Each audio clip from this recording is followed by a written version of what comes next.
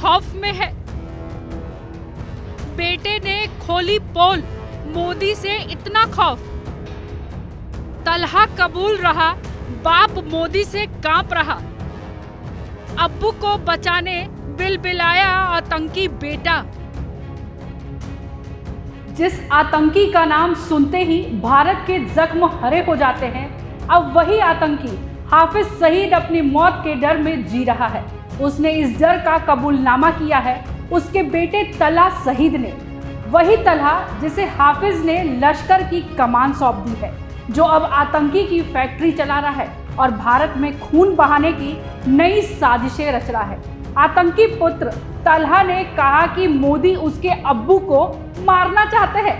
साथ ही ये भी कबूल कर लिया कि हाफिज पाकिस्तान में है और वीआईपी ट्रीटमेंट के साथ जिंदगी जी रहा है। तो क्या है पूरी रिपोर्ट, दिखाते हैं विस्तार से। नमस्कार, आप देख रहे हैं जनतंत्र टीवी। मैं हूं आपके साथ पल्लवी सिंह। यह हमला पाक अधिकृत कश्मीर के मुजफ्फराबाद में हुआ, जहां से तलहा सईद ऑपरेशन चल रहा था। हमले में कैंप की दीवारें खून से सन गई। चारों ओर लाशें ही लाशें बिखरी नजर आई। सूत्रों के मुताबिक इस हमले में तलहा सईद के 5 टॉप कमांडर मारे गए हैं। कहा जा रहा है कि इसमें पहलगाम हमले का मास्टरमाइंड अब्दुल रहमान भी शामिल था। कैंप में रखे गए सारे हथियार और गोला बारूद जमींदोज हो गए। अभी तक यह पता नहीं चल पाया कि तलहा सईद स्ट्राइक के वक्त वहां मौजूद था या नहीं। भारत ने पाकिस्तान और पाकिस्तान अधिकृत जम्मू कश्मीर में आतंकवादी ढांचे को निशाना बनाते हुए ऑपरेशन सिंदूर चलाया। भारतीय सेना ने बताया कि भारत ने उन आतंकी ढांचों को निशाना बनाया जहां से भारत के खिलाफ आतंकवादी हमलों की योजना बनाई गई और उन्हें अंजाम दिया गया। भारत ने कुल मिलाकर 9 ठिकानों को निशाना बनाया है। भारत ने पहलगाम आतंकी हमले का बदला ले लिया। उसने पाकिस्तान और पीओके में कुल 9 ठिकानों पर हमला किया। भारत ने आतंकवादियों को निशाना बनाते हुए स्ट्राइक को अंजाम दिया है। भारत के इस हमले में क्या उसके सबसे बड़े दुश्मन हाफिज सईद और मसूद अजहर भी मारे गए हैं? भारत ने मसूद अजहर के मुख्यालय बहावलपुर को निशाना बनाया। स्ट्राइक में उसके मुख्यालय और मदरसे को नष्ट कर दिया गया। पाकिस्तान मीडिया ने खुद इसकी पुष्टि की है। इस हमले में जैश के 50 आतंकी मारे गए हैं। इसके अलावा भारत ने मुरिदके में लश्कर के ठिकाने को ध्वस्त भी कर दिया। इस स्ट्राइक्स में लश्कर और जैश के कई टॉप कमांडर ढेर हुए।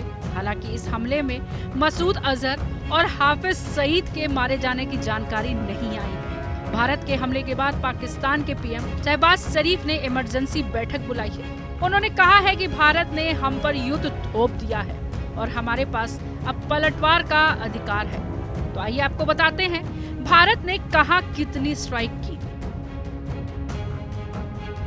मुजफ्फराबाद में भारत ने 2 स्ट्राइक की, बहावलपुर में 3री स्ट्राइक की, कोटली में 4थे और चाक अमरू में 5वां अटैक, गुलपुर में 6ठा और भिम्बर में 7वां अटैक, मुरिदके में 8वां, सियालकोट में 9वां अटैक। तो आइए आपको अब बताते हैं भारत ने इन ऑपरेशन को ऑपरेशन सिंदूर नाम दिया। ऐसा क्यों, इसकी वजह जानिए। आतंकियों ने पहलगाम में सुहाग उजाड़े। पत्नी के सामने ही पतियों को गोली मार दी। धर्म पूछकर पतियों को गोली मारी गई। आतंकी हमले के पीड़ित कई नवविवाहित आतंकियों ने कहा, जाओ मोदी को बता दो। हिंदू धर्म में सिंदूर सुहाग की निशानी। मोदी ने कहा, कल्पना से परे सजा मिलेगी। 2023 में हाफिज सईद की गिरफ्तारी के बाद तलहा ने मुजफ्फराबाद कैंप की कमान संभाली थी। कैंप में 18 से 25 साल के युवाओं को भर्ती कर उन्हें हथियार चलाने, बम बनाने और गुरिल्ला युद्ध की ट्रेनिंग दी जाती थी। पहलगाम हमले के लिए आतंकियों को इसी कैंप में प्रशिक्षित किया गया था। तलहा ने सईद अरब और खाड़ी देशों से फंडिंग जुटाई, जिसका इस्तेमाल हथियार खरीदने और आतंकी गतिविधियों के लिए किया गया। उसमें जिहाद के नाम पर ऑनलाइन डोनेशन कैंप भी चलाए। उन्होंने हमारी बहनों के सिंदूर उजाड़े, हमने कर दिया उनका अस्तित्व खत्म। पहलगाम आतंकी हमले का बदला लिया गया। मिसाइलें दागकर पाकिस्तान पर हाफिज सईद का बड़ा नुकसान हुआ। सूत्रों के हवाले से खबर यही है कि हाफिज सईद का बेटा भी तबाह हो गया है, लेकिन अभी इस बात की पुष्टि नहीं की जा रही है। लेकिन जिस तरीके से पाकिस्तान में मातम पसरा हुआ है, आतंकी बंकर में घुस गए हैं, क्योंकि उन्हें अब डर है कि भारत की तरफ से अगला कदम किसी और ठिकाने पर न उठाया जाए। मिसाइलें दागकर आतंकियों के ठिकाने को और निशाना न बनाया जाए, इसको लेकर खौफ पैदा हो गया है। न सिर्फ पाकिस्तान की जनता डर रही है, बल्कि बाकायदा मस्जिद से ऐलान कर दिया गया है कि लोग घरों से बाहर न निकले। ऐसा खौफ मोदी राज में ही मुमकिन है।